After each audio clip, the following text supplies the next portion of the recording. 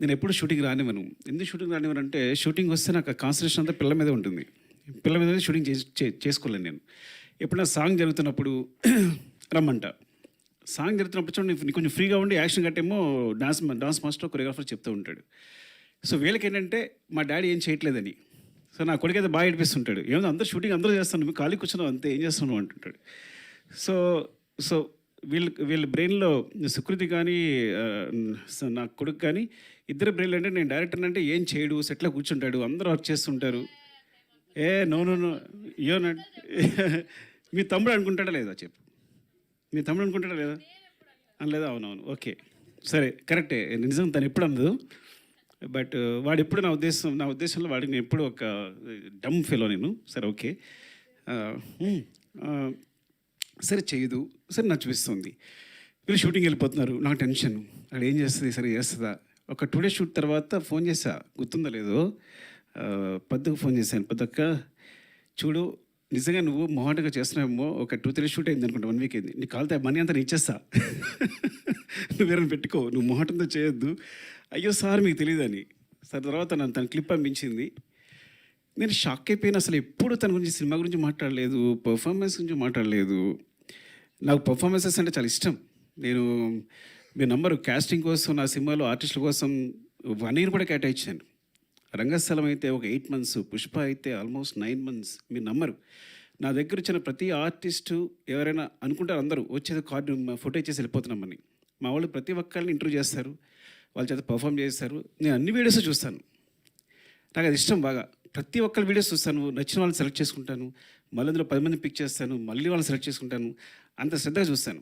So అలాంటిది నేను shock అయిపోయింది దాని పర్ఫామ్. మరి పద్దక్క ఏం చెప్పిందో చెవిలో, వాళ్ళిద్దరు ఏం మాట్లాడుకున్నారో ఏం చేస్తారో తెలియదు కానీ, సో చాలా చాలా బాగా చేసింది అని చెప్పడానికి కూడా అసలు నాకు అంత సిగ్గులేదు. నా కూతురు గురించి చెప్పడానికి అస్సలు సిగ్గులేదు, బాగా చేసిందని చెప్పడానికి. It's like and Sindhu as like amazing. సీరియస్గా ఒక సినిమా నా దగ్గర అసిస్టెంట్గా చేసింది, కుమార్ 29.5కి అసిస్టెంట్గా చేసింది ప్రతాప్ దగ్గర. అప్పుడు తెలిసింది సడన్గా వచ్చి సినిమా ప్రొడ్యూస్ చేస్తాను, అంతే నువ్వు ప్రొడ్యూస్ ఏంటని. వీళ్ళు పట్టుదల చూడండి, చూసుకుని మొత్తం జర్నీ స్టార్ట్ చేశారు, సినిమా కంప్లీట్ చేశారు. ఇలా జరిగింది. తర్వాత అందరం వచ్చి చేరాం. అండ్ స్పెషల్లీ అంటే సింధు ధైర్యం తెలియదు కానీ పాపం తనకున్నది ఏదో ఏం చేస్తుందో నాకు తెలియదు. మొత్తం ఈ సినిమా కంప్లీట్ చేసింది. క్రౌడ్ ఫండింగ్, తను ఫండింగ్ అదంతా నాకు తెలియదు. బట్ ఒక సినిమా చేయడం, ఒక మంచి సినిమా చేయడం కోసం వాళ్ళ పట్టుదల ఇద్దరు కూర్చుని. అండ్ పద్దక్క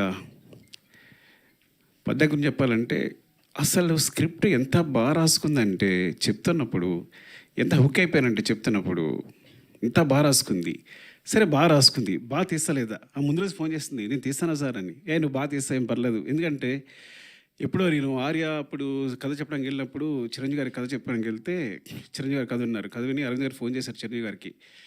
అంటే కాదు, అబ్బాయికి ఎక్స్పీరియన్స్ ఏం లేదు, ఎక్కడ అసిస్టెంట్గా చేయలేదు, చేయగలడని అడిగారు అరవింద్ గారు. అక్కడి నుంచి నా ఫోన్ వినిపిస్తుంది, చిరంజీవి గారు ఎక్కడి నుంచి చెప్పారు. అబ్బాయి కథ చెప్పే విధానం చూస్తే కనుక కెమెరా పాత్ తీసిన సినిమా హిట్టే, వదిలేసే అన్నారు. అంటే కథ ఒకళ్ళు చాలా బాగా చెప్తారంటే బాగా తీయగలరని బాగా నమ్మకం ఉంది నాకు. సో నువ్వు బాగా తీయగలవు, కథ చాలా బాగా చెప్తున్నావు అని చెప్పాను. సినిమా చూశాక ఎంత క్లీన్ షార్ట్ డివిజన్, వాళ్ళకున్న తక్కువ టైము, తక్కువ డేస్లో ఎంత బాగా అందంగా కథ చెప్పింది అంటే, చాలా మంచి రైటర్, సూపర్ రైటర్. అసలు ఎంత బాగా చెప్పింది అంటే, మళ్ళీ సినిమా మొత్తం చూసిన తర్వాత కూడా నేను ఇట్స్ లైక్ ఈ అమ్మాయి ఎక్కడికి వెళ్తుంది, డెఫినెట్గా ఇక్కడ ఉండదు, షీల్ వండర్స్ చేస్తుందండి. అలాగే నిజంగా బెలారస్ కదా, Belarus festival this great achievement. అంటే టోటల్ ఫిల్మ్ ఆఫ్ ది ఒక బెస్ట్ ఫిల్మ్ రావడం, జ్యూరీ తరఫు నుంచి కూడా బెస్ట్ ఫిల్మ్ రావడం అనేది. అండ్ పద్దక్క థ్యాంక్స్ ఫర్ దిస్, బికాస్ సుకృతిని క్యాష్ చేసినందుకు చాలా చాలా రుణపడి ఉంటాను. తను ఒక మంచి మెమరీగా మిగిలిపోతుంది సినిమా అనేది. సింధు, పద్దు మీ ఇద్దరికి థ్యాంక్స్ చెప్పాలి. తర్వాత మా వాడికి కూడా థ్యాంక్స్ చెప్పలేను నేను ఈ విషయంలో మాత్రం. అందరికీ అంటే పేరు పేరున అంటే నేను ఏం మాట్లాడకుండా చేస్తారు, ఏం మాట్లాడడానికి కూడా లేకుండా చేస్తారు, వాళ్ళందరూ అన్నీ మాట్లాడేసి క్లియర్గా. పద్దకైతే మరీ వివరించి చెప్పేసింది సింధు అందరూ. అండ్ చక్రపాణి గారు థ్యాంక్ యూ అండి. And Lavanya thank you. నేను ఫస్ట్ టైం అంటే నా సినిమాలో క్యాష్ కానీ నా కూతురు ఇంకొకరు మదర్ ఫాదర్ అంటే చూడడానికి నాకు నాన్న అంటుంటే, అమ్మ అంటుంటే నాకు ఇక్కడ గుండెలో గుచ్చుకుంటుంది. అంటే ఫస్ట్ టైం ఆ ఫీలింగ్ అనమాట, వేరే సెపరేట్గా ఉందన్నమాట. సో ఎంత it's like very good casting కూడా. ఎంత ఆర్టిస్ట్ అందరూ. రఘుగా ఆయన పేరు, ఫాదర్ పేరు రఘు. Raghu next Bhanu and Nikki Babu. అరే ఎలా తీశారు నువ్వు, భాను నిక్కీ బాబు సూపర్ చేశారు మీరు అందరూ, చాలా బాగా చేశారు. అండ్ స్పెషల్గా చెప్పాల్సింది, అండ్ శశి గారి సినిమా చూసిన తర్వాత నవీన్ గారు యూఎస్లో చూసి ఏమండి ఈ సినిమా చేద్దామన్నారు. ఇంత మెగా ప్రొడ్యూసర్స్ ఒక మంచి సినిమా చేయడానికి ముందుకొచ్చి సినిమాని తీసుకుని భుజాల మీద వేసుకుని రవి గారు, నవీన్ గారు, థ్యాంక్ యూ సో మచ్ అండి. మళ్ళొకసారి చాలా థ్యాంక్స్ చెప్పాలి మీకు ఈ సినిమా ముందు తీసుకెళ్తున్నందుకు. ఇది వెరీ అని చెప్పినట్టు it's like, so always I feel like నేను ఒక 3 గంటలు మనుషుల్ని కూర్చుని ఎంటర్టైన్ చేస్తే ప్రపంచంలో ఆ 3 గంటల్లో చాలా క్రైమ్ తగ్గిపోద్ది అనుకుంటాను. ఆ టైప్ నేను. సో నా మెసేజే ఎంటర్టైన్మెంట్. నేను ఎప్పుడు అదే ఫీల్ అవుతాను.